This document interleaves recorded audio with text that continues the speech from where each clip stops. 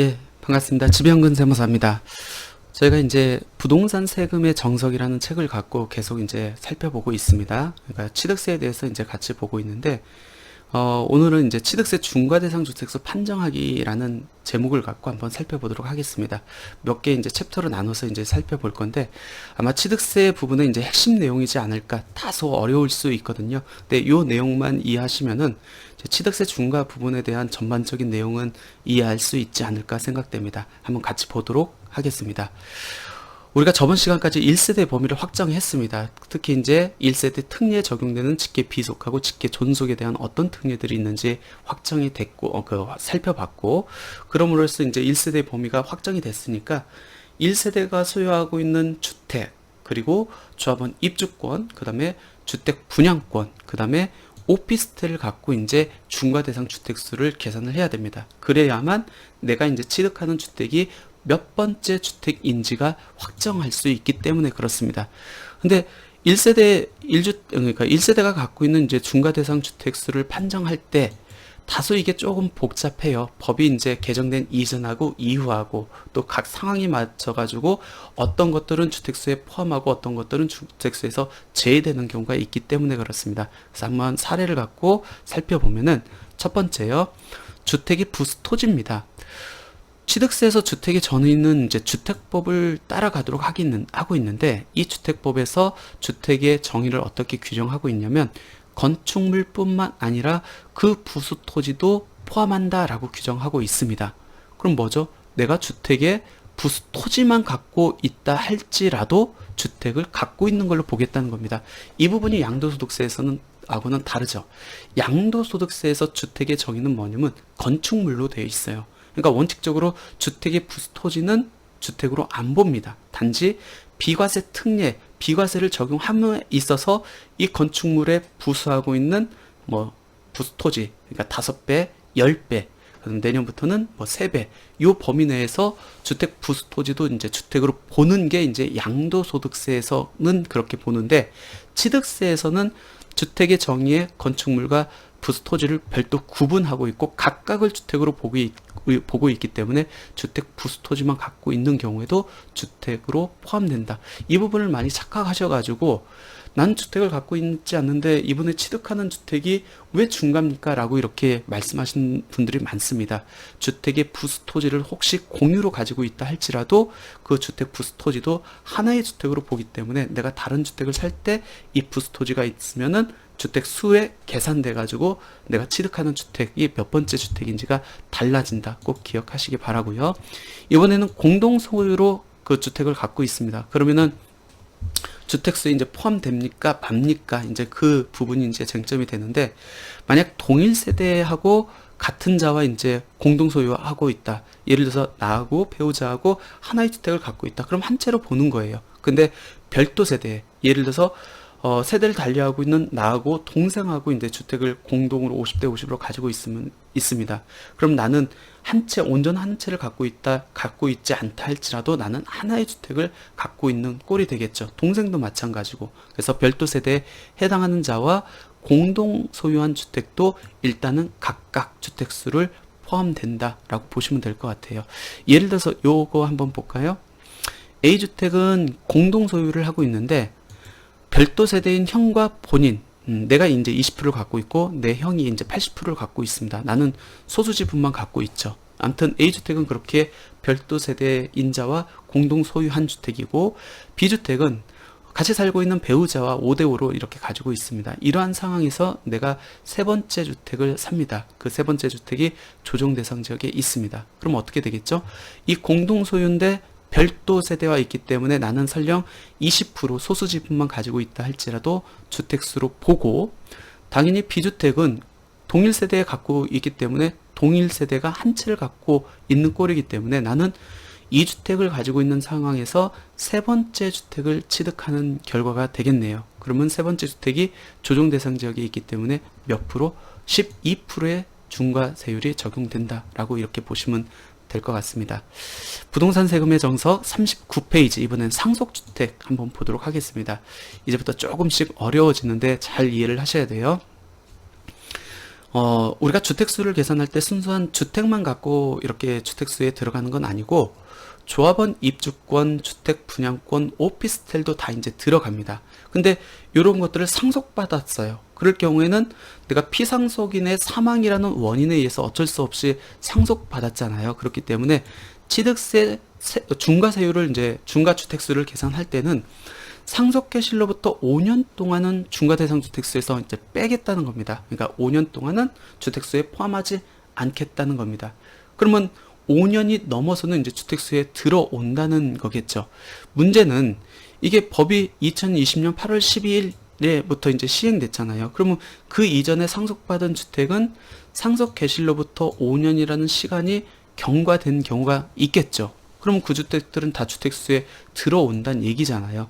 근데 이게 법이 갑작스럽게 개정됐기 때문에 혹시 법 개정 시행일 전에 상속받은 주택 등은 2020년 8월 10일부터 5년을 다시 기산한다는 겁니다. 그러니까 기산 시점을 다시 세팅하겠다는 거죠.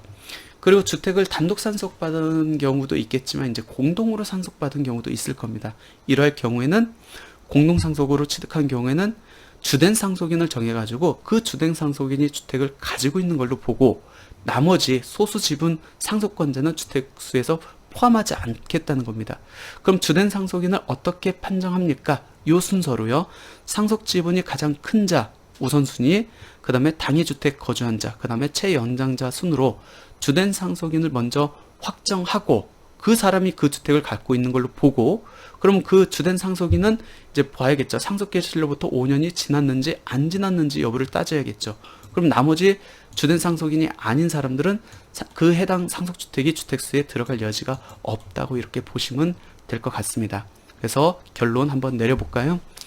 상속받은 주택 등 주택수 판정 2020년 8월 18일 이전에 상속받은 주택은 2020년 8월 10일 즉 취득세법이 개정된 시행일이죠. 이 일로부터 5년 동안은 주택수에서 제외된다. 하지만 5년 이후에는 이제 주택수에 들어간다는 거고, 그 이후에 상속을 받았다. 그러면은 상속 개시로부터 5년 이내는 주택수에서 제외되지만 상속 개시로부터 5년이 지나면은 주택수에 포함한다. 그리고 만약 공동 상속을 받았다. 그러면은 상속 지분이 가장 큰 자, 당해 주택이 거주한 자, 채연장자 순으로 주된 상속인을 확정하고 그 주된 상속인이 해당 상속주택 등을 가지고 있는 걸로 보고 소수 지분권자들은 이 주택을 갖고 없는 걸로 본다 라고 이렇게 보시면 될 것 같습니다. 이번에는 임대주택 한번 볼까요? 임대주택도 굉장히 많이 혼동하고 계십니다. 무슨 얘기냐면 임대주택은 주택수에서 빠지는 거 아닙니까? 라고 많이들 기억하고 있는데, 임대주택이 주택수에서 빠지는 경우는 언제죠? 그렇죠. 비과세 판정할 때 양도세에서 임대주택이 있고 내가 2년 이상 거주한 주택이 있었을 때 이 거주주택을 매각할 때 임대주택은 없는 걸로 보거든요. 그때만 임대주택이 주택수에서 빠집니다. 그러니까 양도세 중과 판정할 때, 그 다음에 취득세 중과 주택수 판정할 때 다 들어가요. 그러니까 기본 원칙이 임대주택도 주택수에 포함된다라고 이해를 하셔야 됩니다. 단지 거주주택 비과세 받을 경우만 해당 임대주택이 주택수에서 제외된다라고 보시면 될 것 같아요. 한번 사례를 볼까요? 부동산 세금의 정석 41페이지입니다. 요 사례인데 A주택은 임대주택입니다. 2015년 5월 1일 날 임대사업자로 등록을 했습니다. 그리고 2018년도에 우리가 이제 상속주택에 대한 거 같이 배웠죠? 상속주택이 이제 2018년도에 상속을 받았습니다. 이렇게 있는 상황에서 C주택을 세 번째 주택을 취득하려고 합니다. 그럼 단순히 보면 어떻게 되죠? 주택을 두 채 가지고 있는 상황에서 세 번째 주택을 취득을 하고 이 세 번째 주택이 조정대상 지역에 있기 때문에 얘는 원칙적으로 12%의 취득세율이 적용받는 게 맞겠죠. 근데 이제 세부적으로 한번 하나하나씩 볼까요? 해당 주택이 주택수에서 정말 들어가는지 안 들어가는지. 먼저 A주택, 임대주택. 주택수에 들어갑니까? 안 들어갑니까? 당연히 들어가고. B주택입니다. 상속주택이네. 상속주택은 어떻게 된다겠죠? 아까 상속주택은 2020년 8월 11일 이전에 상속받은 주택은 이날로부터 5년 동안은 제외하고 그 이후에 상속받은 주택은 상속 개시로부터 5년 이내면 빠지고 5년이 넘으면 포함된다. 그럼 볼게요. 상속 개시일이 2020년 8월 11일 이전입니다. 그러면 언제부터?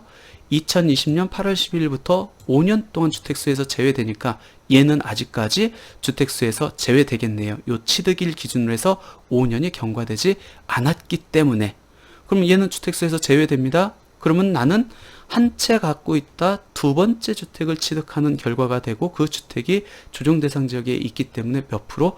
8%의 취득세율이 적용된다는 겁니다. 12%가 아니고. 물론 얘가 없고 A주택과 C주택이 있기 때문에 8%인데 이 경우에도 이 A주택과 C주택이 일시적 2주택에 해당할 경우에는 기본세율이 적용됩니다.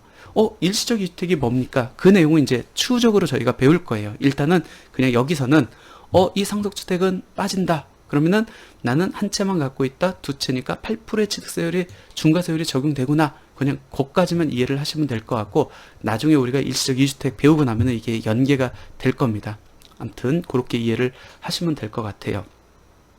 오피스텔에 대한 내용은 조금 깊은데 한번 같이 볼게요. 오피스텔도 주택수에 들어갑니까? 이 부분이 이제 많이 헷갈려요. 우리 양도소득세 때문에 그런 것 같아요. 우리 국세, 즉 양도소득세에서는 오피스텔이 주택으로 쓰면 무조건 들어가잖아요. 그러니까 국세에서는 오피스텔이 주거로 사용하고 있다면 무조건 주택으로 봅니다. 하지만 취득세에서는 오피스텔에 대한 재산세가 주택분으로 과세되고 있는지가 중요합니다. 즉 오피스텔에 대한 재산세가 주택분으로 과세되고 있는 경우에는 그때만 주택으로 봅니다. 하지만 문제는 뭐죠? 법이 2020년 8월 12일 이후에 시행됐잖아요.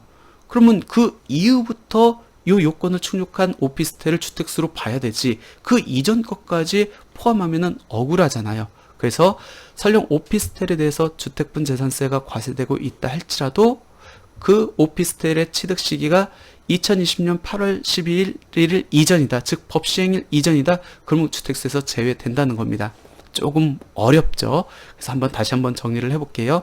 오피스텔은 주택수에 들어가는지 아니면 제외되는지 여부는 이렇게 판정하면 됩니다. 첫 번째, 재산세가 업무용으로 과세되는 오피스텔, 설령 주거로 쓰고 있다 할지라도 재산세가 업무용으로 과세되고 있다. 얘는 주택수에서 빠집니다. 국세하고는 완전히 다르죠. 국세는 재산세가 업무용으로 과세되고 있는 오피스텔도 주택으로 쓰고 있으면 주택수에 들어가요. 하지만 우리 지방세에서는 재산세가 업무용으로 과세되고 있느냐 없느냐에 따라서 많은 것들이 달라집니다. 재산세가 업무용으로 과세되고 있다고 하면은 얘는 주택에서 제외된다. 재산세가 그러면 업무용이 아닌 주택분으로 과세되고 있다. 이거는 이제 언제 취득했는지를 봐야죠. 법 시행일 이전에 취득했다. 그럼 얘는 주택수에서 제외. 법 시행일 이후에 취득했다. 얘는 주택수에서 포함합니다. 그러면 법 시행일이 2020년 8월 18일인데 그러면 억울한 분들이 있을 수 있지 않습니까? 즉 2020년 8월 11일 이전에 매매계약을 체결하고 법이 이렇게 개정될 줄 모르고 매매계약을 체결한 사람들은 이 이후에 취득했다고 해가지고 그리고 재산세가 주택분으로 과세된다고 해서 오피스텔이 다 주택수에 포함되면 너무 억울하잖아요. 그래서 예외적으로 2020년 8월 11일 이전에 매매계약을 체결하고 2020년 8월 10일 이후에 취득한 오피스텔은 아까 2020년 8월 11일 이전에 취득한 오피스텔로 봐가지고 설령 재산세가 주택분으로 과세되고 있다 할지라도 주택수에서 제외하겠다는 겁니다. 조금 어려운데 정리하셔야 됩니다.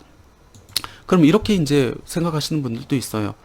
그러면 오피스텔을 내가 취득했었을 때 지금 저희가 하고 있는 거는 내가 어떤 주택을 취득했었을 때 1세대가 가지고 있는 오피스텔이 이 주택을 그 중과대상 여부를 판정할 때 이 오피스텔 주택에 포함되느냐 여부를 살펴보고 있는 건데 그러지 않고 내가 오피스텔을 취득한다고 했었을 때 이 오피스텔에 대한 취득세율이 몇 프로입니까? 라고 이렇게 질문하는 분들이 있는데 오피스텔은 취득 시점에는 내가 주택으로 사용할지 안 쓸지를 확정이 안 된 거잖아요. 취득 시점 당시는.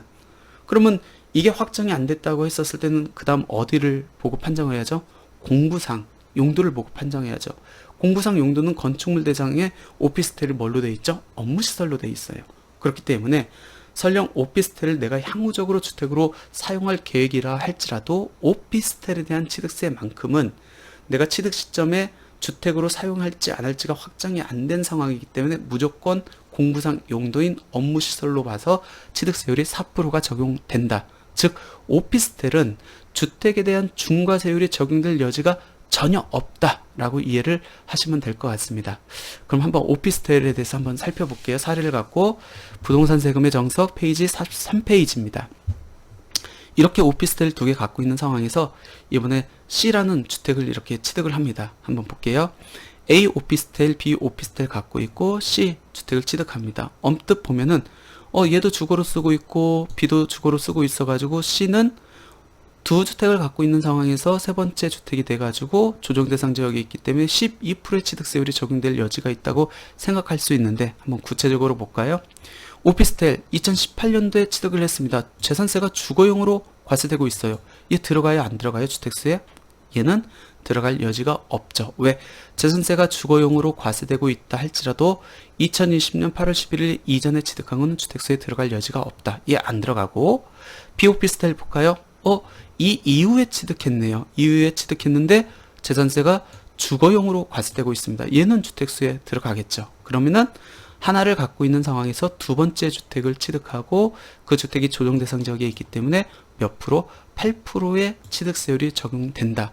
물론 이 비오피스텔하고 C주택하고 일시적 2주택 요건이 충족한다고 하면은 그때는 기본세율이 적용된다.